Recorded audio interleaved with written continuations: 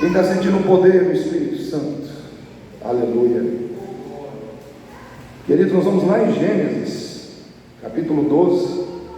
Nós vamos falar sobre um dos expoentes da fé na Bíblia. Um homem que é considerado o pai da fé. Quem é considerado o pai da fé, irmãos?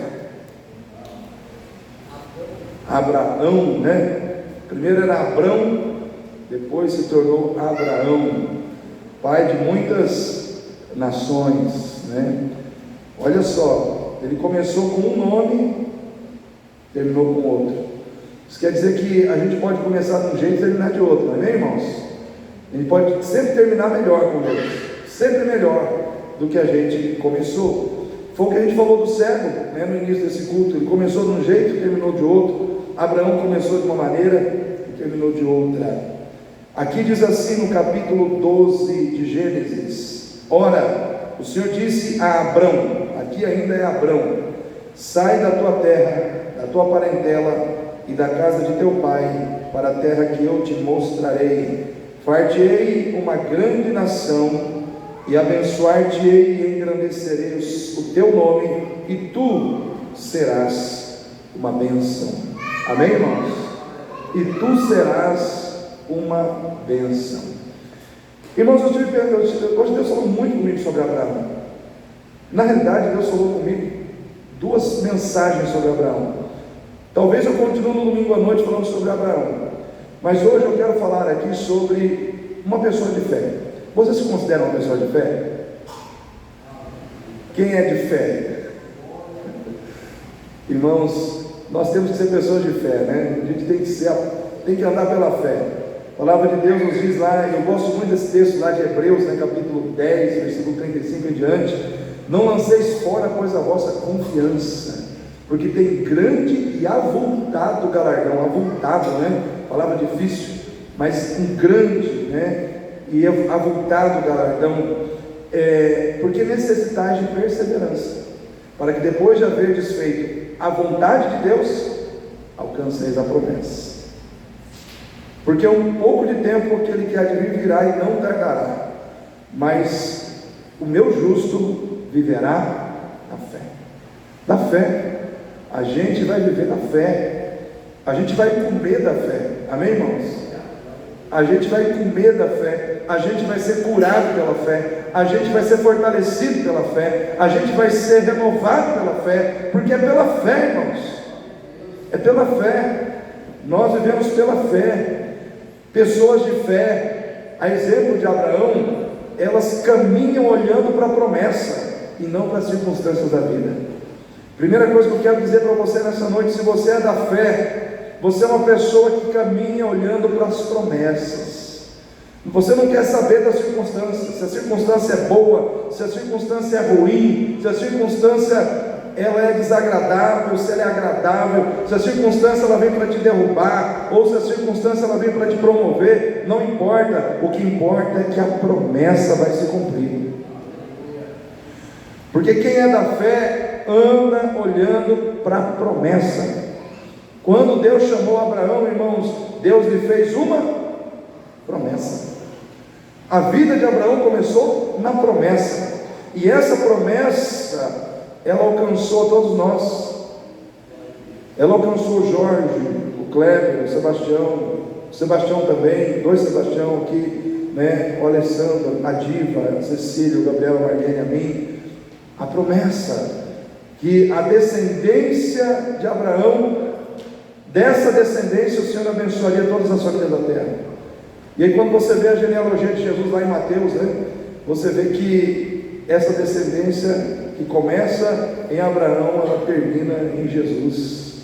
Ou seja, a bênção que começou aqui, alcançou todos nós aqui hoje. Estamos debaixo da bênção. Por quê? Porque alguém se aventurou em viver pela fé. Alguém se aventurou a caminhar pela fé, olhando para a promessa, caminhando em direção à promessa. Irmãos, a promessa é algo que nós não vemos, mas nós cremos que é real.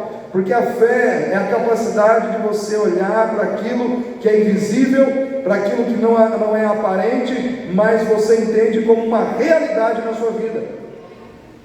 O povo de Deus é um povo meio doido. O porque é um povo que acredita naquilo que os olhos não veem. E as pessoas que estão lá fora, as pessoas que são racionais, que gostam de pegar, de sentir aquilo que é palpável, né? Aquilo que é concreto, elas têm dificuldade com isso. Conta-se que num exército, certa vez, havia um capitão que ele não gostava de crente, e ele chamou os soldados e falou assim: vocês estão vendo aquela casa? Aquela casa existe, porque vocês estão vendo aquela casa, mas Deus não existe, porque vocês não estão vendo Deus. Alguém aqui está vendo Deus? E ele começou a meio que forçar a barra, né? Porque tinha um soldado crente, e aí ele olhou para o soldado crente e falou: ei, soldado, o que você tem a dizer? Você pode me mostrar que Deus existe? Aí ele falou assim: vocês estão vendo o cérebro do capitão? Aí todo mundo falou: não. Então o cérebro do capitão não existe, né? Então naquele momento ele falou assim: às vezes nós não vemos, mas não quer dizer que porque nós não vemos, não existe. Aí todo mundo foi obrigado a reconhecer que nem tudo que não vemos precisa ser visto para ser entendido como algo que existe. O cérebro do capitão estava na cabeça dele, mas não estava sendo visto. Por quê? Porque estava escondido dentro, né, da sua cabeça. Assim, irmãos, por exemplo, alguém que está vendo a energia que acende as lâmpadas, você está vendo aqui o oxigênio, o H2O é água, né? Qual que é o oxigênio? O2. Alguém está vendo aqui o oxigênio? Depois a gente vê na tabela periódica, para a gente não se enrolar, né? Mas, irmãos, por que a gente não está vendo o oxigênio? Ele não existe?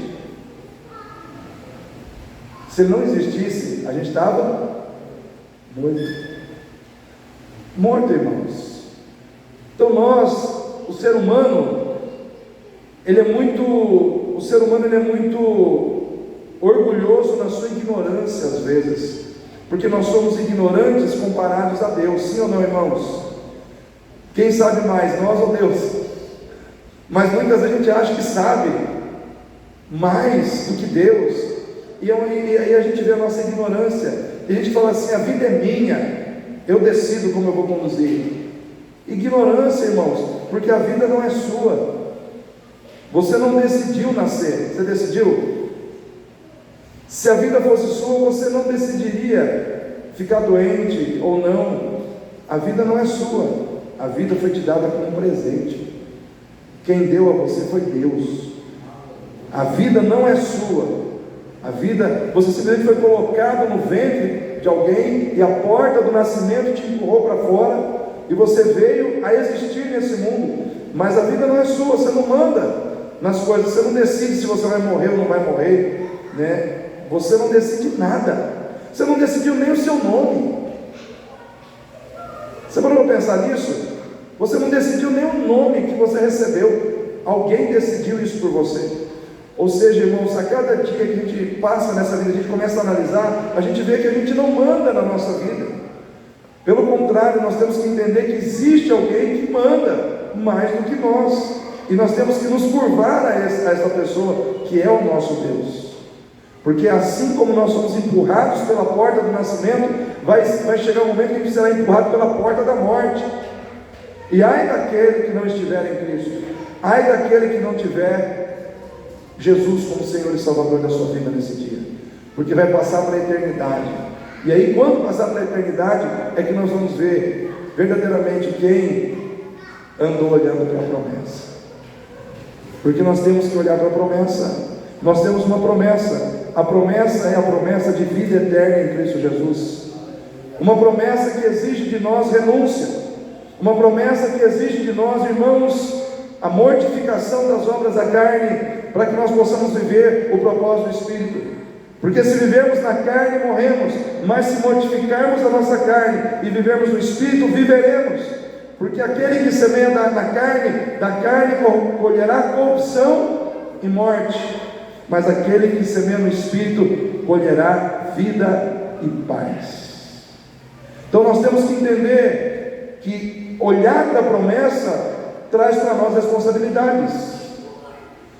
Não basta eu olhar para a promessa, eu tenho a promessa, mas quais são as responsabilidades para viver a promessa?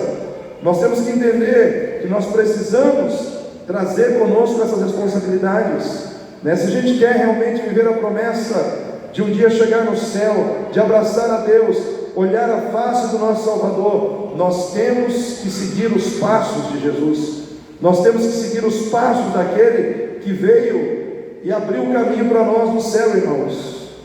Ele diz: aquele que quer vir após mim, negue-se, renuncie a si mesmo. Você tem renunciado a você mesmo, irmão? Você tem renunciado à sua carne? Você tem renunciado os desejos errados do seu coração por amor a Deus? Irmãos, é o amor a Deus que vai definir tudo na nossa vida no final. Muitas coisas, muitos prazeres que nós gostaríamos de desfrutar, de viver nessa terra, a gente muitas vezes é obrigado a abrir mão por amor a Deus. Às vezes nós estamos vivendo num mundo onde as pessoas estão dando mais vazão aos prazeres da vida, aos prazeres da carne, do que ao seu compromisso de amor para com Deus.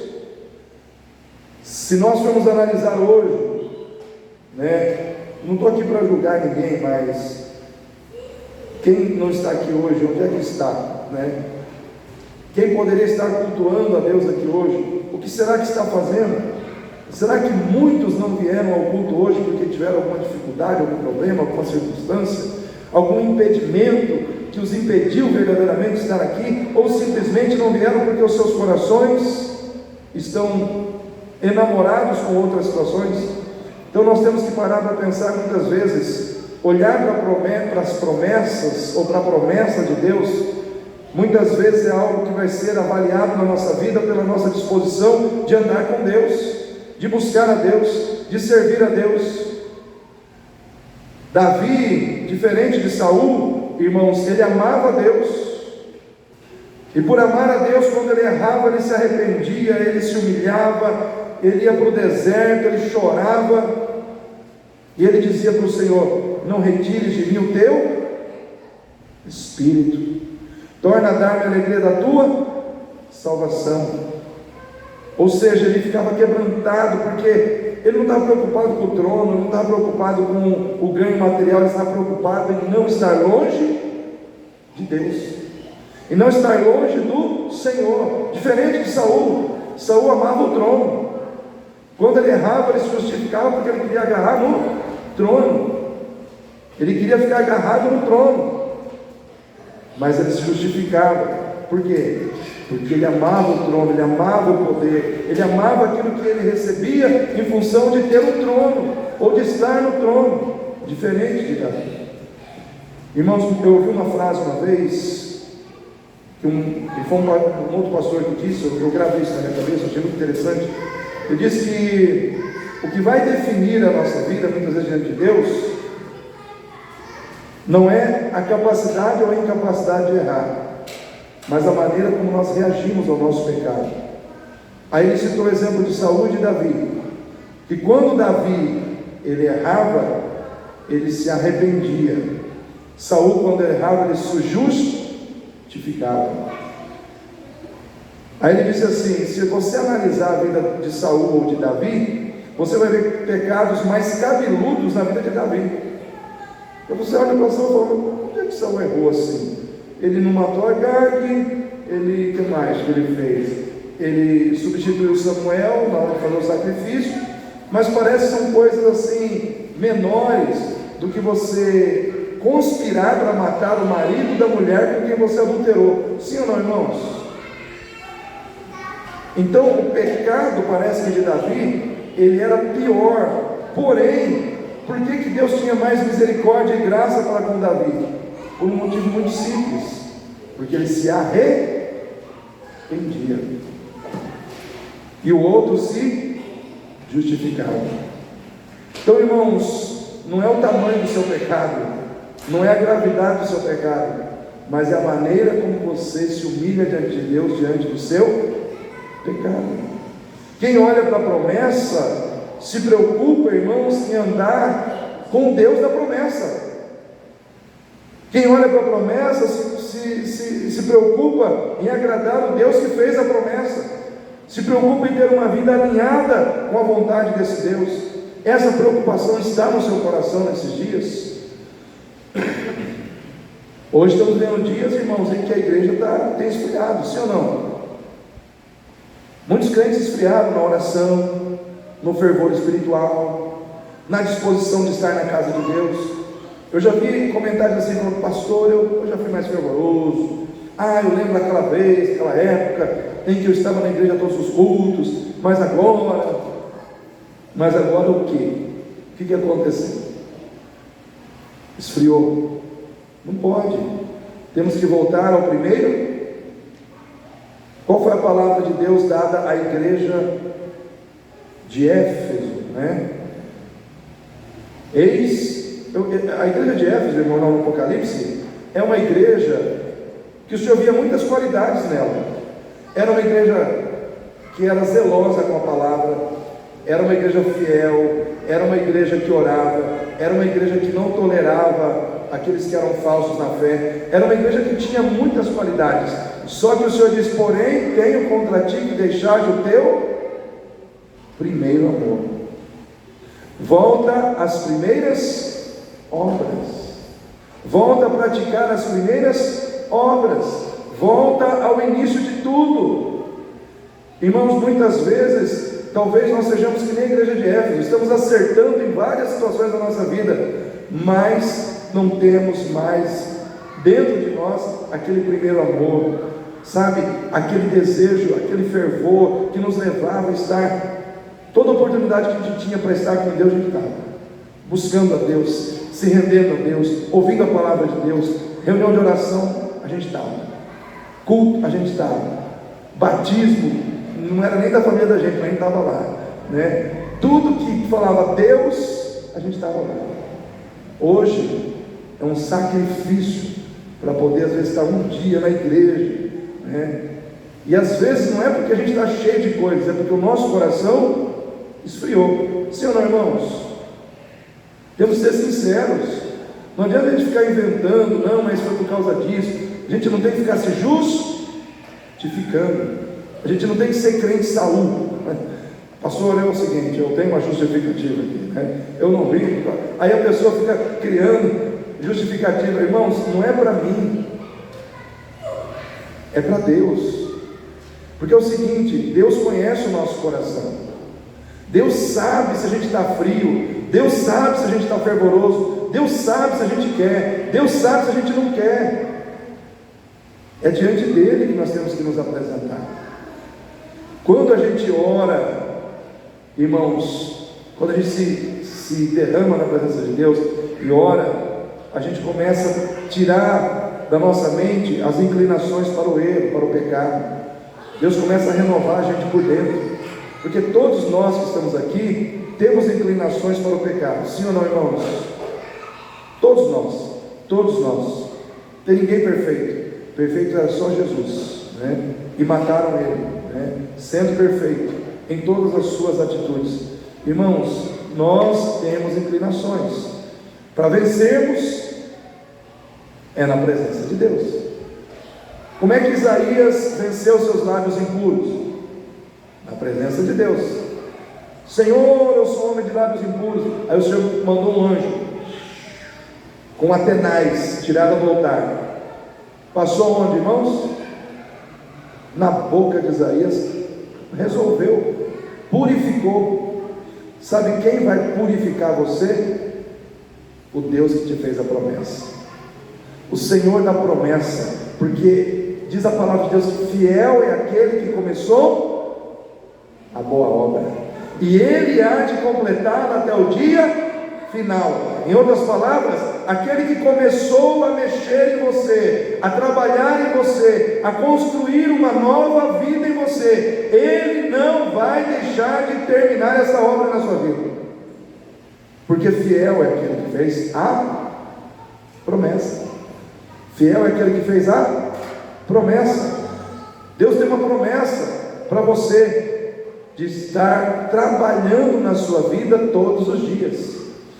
E Ele vai usar circunstâncias, Ele vai usar pessoas, Ele vai usar problemas, Ele vai usar coisas boas e coisas ruins, só para trabalhar na sua vida. Esses dias eu vi um pedacinho de um filme, onde o filme é Deus no banco dos réus. As pessoas estavam julgando Deus. Um doido, um advogado, estava julgando Deus porque uma árvore caiu na casa dele, destruiu a casa dele, e aí ele apareceu com uma ideia absurda que ele tinha que ser indenizado por Deus. Enfim, o filme discorre em cima disso. Aí colocaram Deus no banco dos réus lá. Por quê? Porque o camarada teve a sua casa destruída e foi Deus que fez a árvore cair, enfim. E aí, irmãos, a advogada de defesa de Deus, né, estava lá, colocou lá o padre, o pastor, não sei se era padre ou pastor, e aí perguntou assim: quando as coisas ruins acontecem conosco, Deus está nos castigando? Aí o pastor ou o padre, não sei, porque está com aquela, lá nos Estados Unidos, né, o pastor também se veste às vezes como padre, né, então não sei se era pastor ou era padre. Ele diz assim: eu orei a Deus pedindo mais amor, Deus me deu pessoas cheias de problema para me ajudar. Eu pedi a Deus paciência, e Deus me deu um monte de situações atribuladas para que eu pudesse exercitar a paciência em meio àquelas situações de tribulação. Eu pedi a Deus mais compreensão, e Deus me deu pessoas difíceis para que eu pudesse estar lidando com elas nos meus relacionamentos. E aí no final ele diz assim: enfim, Deus atendeu as minhas orações. Então não é porque Deus te manda situações ruins que Ele está te castigando.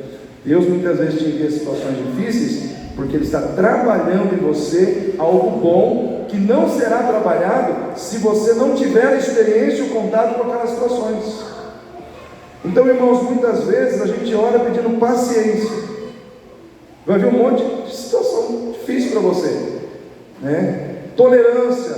Aí vai vir alguém, vai estacionar, bater no teu carro. Vai vir situações assim que você bateu no meu carro essa semana. Meu carro está amassado ali, né? Aqui fora, os irmãos vão lá ver. Eu estava na Rua Barbosa, subindo ali aquela subidinha da Márcia ali, né? A hora que você vai chegando na 26 de agosto ali, aí o trânsito ali fica, entra carro de lá, entra carro de cá, e você tem que estar preparado, porque alguém vai frear ali bruscamente. E foi isso que aconteceu. Um camarada freou bruscamente na minha frente, eu freiei bruscamente também, para não bater nele. Só que o de trás, ele não estava na mesma sintonia.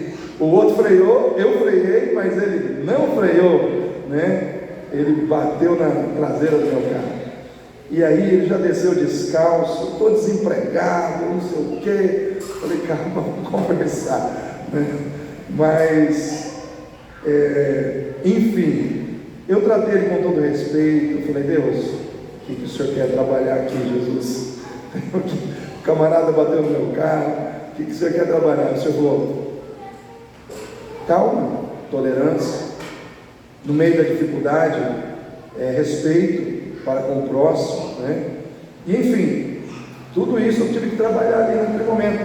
Aí veio a perícia de trânsito e tal, convenceu o rapaz que ele estava completamente errado, né? E enfim, ele assumiu, né, a responsabilidade de consertar meu carro. Mas eu falei para ele: fica tranquilo, irmão, eu sou pastor, sou cristão, né? Não vou te pressionar, não vou te incomodar. Ele falou: pastor, eu estou desempregado, eu estou no meu carro. Eu falei: calma, fica tranquilo, né? E aí o que aconteceu? Eu sei que só a tampa do porta-malas do meu carro, porque esse carro é mais caro, então as peças são caras, né? Só a tampa descer para arrumar uns 2 mil, 3 mil reais. Enfim, eu fiz um acordo com ele. Falei, porque eu mandei fazer o orçamento, teve orçamento de 5 mil, 3 mil, 3.800. Aí eu falei para ele: vamos fazer o seguinte, você me dá R$ 1.500 de uma peça no ferro velho lá, e já está de bom tamanho, pintura, o restante, tudo eu resolvo, né? Aí mais depressa, ele pegou e aceitou e até já me ressarciu já. Enfim, mas nós resolvemos o problema, né?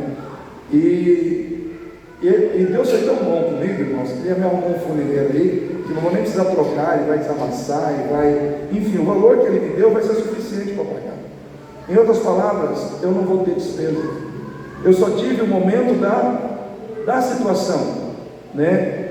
E o que aconteceu? Eu tive que ser paciente, eu tive que ser respeitoso, eu tive que ser tolerante, e Deus abençoou a minha vida, abençoou a vida do rapaz, né? Então, com certeza, e ele é crente. Eu já ia pregar Jesus para ele, ele falou: não, pastor, eu também sou crente. Falei: olha, dois crentes, olha aí, então, dois crentes se encontram no trânsito. Então, fica tranquilo, meu irmão, eu não vou, né, vamos dizer assim, eu não vou agir errado com você, fica tranquilo, tá bom? Enfim, mas são situações que acontecem. Deus não é ruim porque Ele permite que o nosso carro bata, irmãos. Deus não é ruim porque algumas coisas acontecem fora da normalidade. Deus é bom em todo tempo. Em todo tempo Deus é bom. Nós temos que aprender a passar pelas circunstâncias da vida, crescendo dentro delas, aprendendo dentro delas, deixando Deus trabalhar na nossa vida alguma coisa que Ele quer melhorar na nossa vida. Muitas vezes nós precisamos ser melhorados na tolerância, na paciência, no amor, né? Na maneira de tratar as pessoas na hora em que você está sendo prejudicado. Porque, irmãos, em momentos em que eu me senti prejudicado, nem sempre eu fui tolerante, nem sempre eu fui paciente. Momentos meus lá do passado, eu já fui duro às vezes com pessoas, mas hoje não. Hoje eu aprendi, Deus tratando comigo. Teve um ano na minha vida, irmão, 2008 eu acho, que eu bati o carro 4 ou 5 vezes.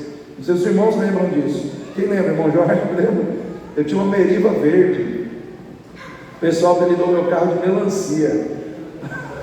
Lá veio o pastor e a melancia, né? Aquela melancia verde, eu lembro que eu bati aquele carro umas 4 vezes no ano. Ali eu entrei no moedor, né? No moedor, mas eu saí melhor. Amém, queridos? Então nem sempre tudo que é ruim realmente é ruim. Pessoas de fé são aquelas, irmãos, que creem. Veja bem, pessoas de fé são aquelas que creem que aqueles que caminham com Deus e servem a Deus verão os impossíveis da sua vida sendo removidos por Deus em algum momento. Amém? Pessoas de fé são aquelas que acreditam que quem serve a Deus e caminha com Deus vai ver os seus impossíveis sendo removidos. Tem algum impossível na sua vida aí? Tem alguma coisa difícil na sua vida aí? Quero dizer para você: persevere em caminhar com Deus, persevere em servir a Deus. Pode chegar o momento em que você vai olhar para o impossível e ele não vai estar mais na sua vida, porque Deus tirou, porque Deus removeu, porque Deus afastou, removeu da sua vida aquilo. Isso aconteceu com Abraão, irmãos.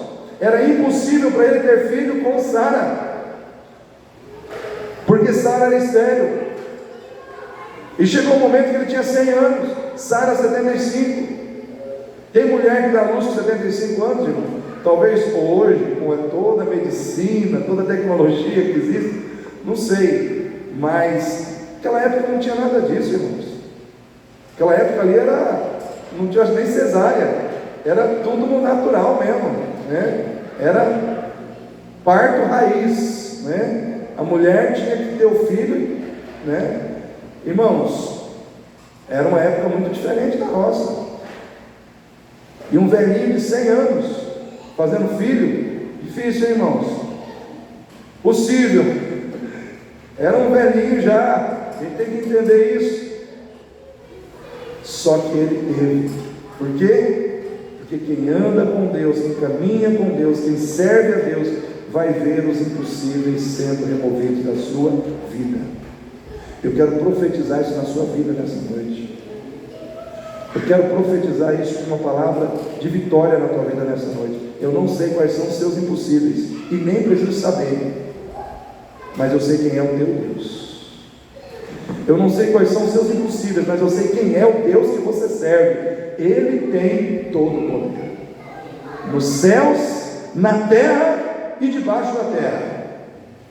Porque diz a palavra de Deus que Jesus, ele foi obediente até a morte, e morte de cruz, pelo que Deus o exaltou soberanamente. Ele deu um nome que é sobre todo nome, para que diante do nome de Jesus todo joelho se dobre e toda língua confesse que Jesus Cristo é o Senhor, para a glória de Deus Pai, nos céus, na terra e debaixo da terra. Então esse texto nos ensina que tem reino debaixo da terra, e até lá Jesus tem que ser confessado como Senhor. Ele é Senhor da sua vida, Ele é Senhor das suas lutas, Ele é Senhor sobre os seus problemas, Ele é Senhor sobre aqueles que se levantam contra a sua vida, Ele é Senhor nos seus impossíveis, Ele é Senhor nos seus problemas, Ele é Senhor contigo. Ele faz o que precisa ser feito. Pessoas de fé não desanimam quando são corrigidas por Deus no momento que erram. Pessoas de fé erram. Fala para o seu irmão aí, pessoas de fé erram. Abraão errou, irmãos. Em que momento, pastor? Quando ele mentiu que a sua mulher era sua irmã, por medo. Isso está lá em Gênesis 12, 13. Depois você vê lá. Mas Abraão sai, obedecendo a Deus, no caminho da obediência, ele deu uma vaciladinha. Chegou no Egito, veio uma fome na terra, não tinha comida. Vamos para o Egito. Chega no Egito, ele olha para a mulher dele e fala: você é muito bonita, você é muito formosa, alguém vai te querer lá, né? Vamos fazer o seguinte, fala que você é minha irmã. E aí Sara topou a ideia. O que aconteceu? Irmão, não deu outra. O faraó já colocou os olhos e as mãos em Sara e levou Sara para dentro do palácio. E o que aconteceu? O faraó só não consumou o ato, né? Porque ele já tinha colocado os olhos, as mãos, e ele queria ir adiante. Ele só não foi adiante porque Deus não permitiu. Diz que o Senhor entrou em cena e não permitiu, revelou ao faraó que Sara era a mulher de Abraão.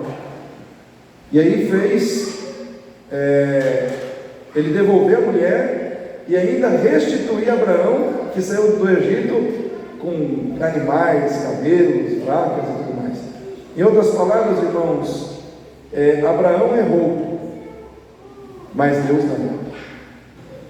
Deus estava lá, só que ele corrigiu Abraão, chamou a atenção de Abraão, né?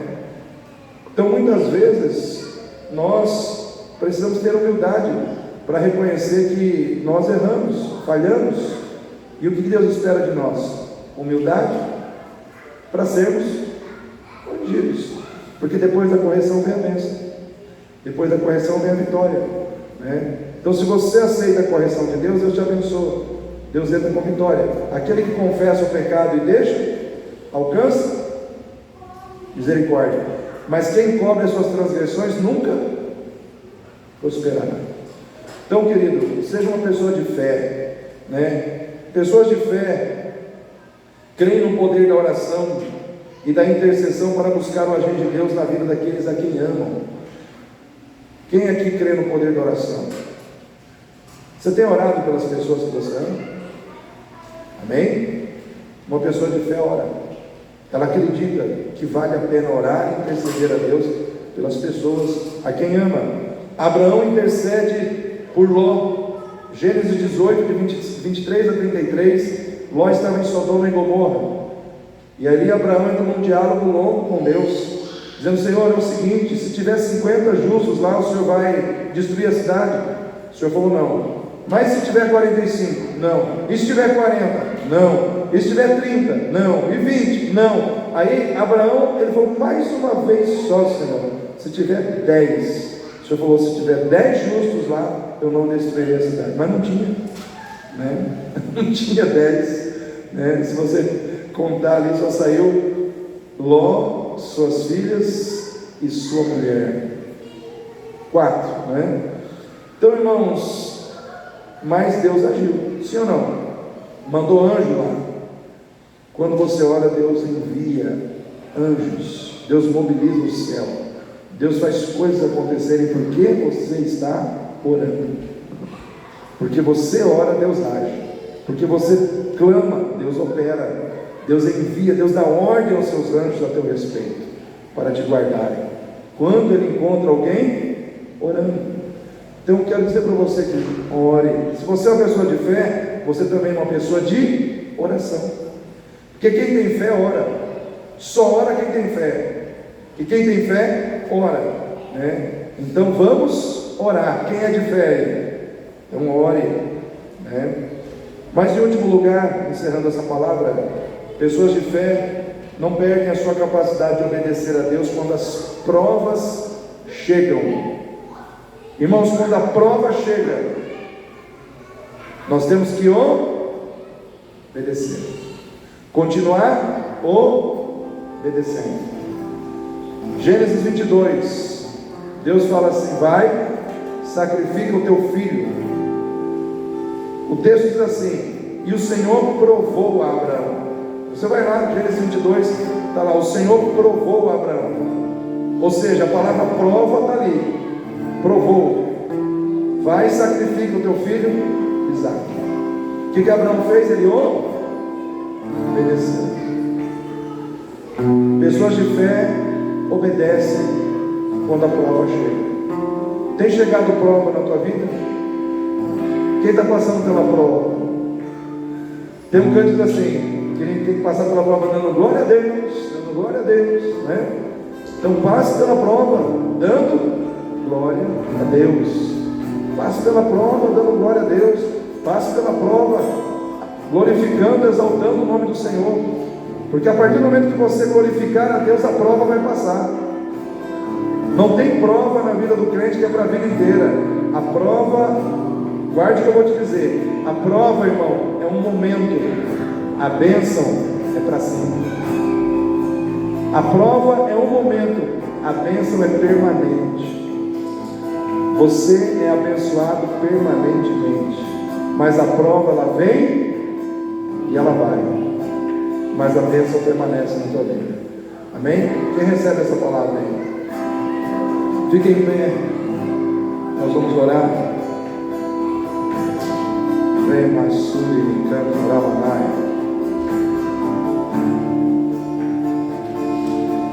Aqueles que estão de cura, de bênção, vem aqui na frente. Eu vou ungir você hoje. Vou estar ministrando na sua vida hoje, em nome de Jesus. Pode vir aqui para frente, irmão. Quero te ungir, quero te abençoar em nome de Jesus. Quem está na prova, quem está fora da prova, pode vir. Pode vir os irmãos aí, vem para frente aqui. Irmão Kleber já passando aí, já cutuca ali, já desliga aqui o celular aqui.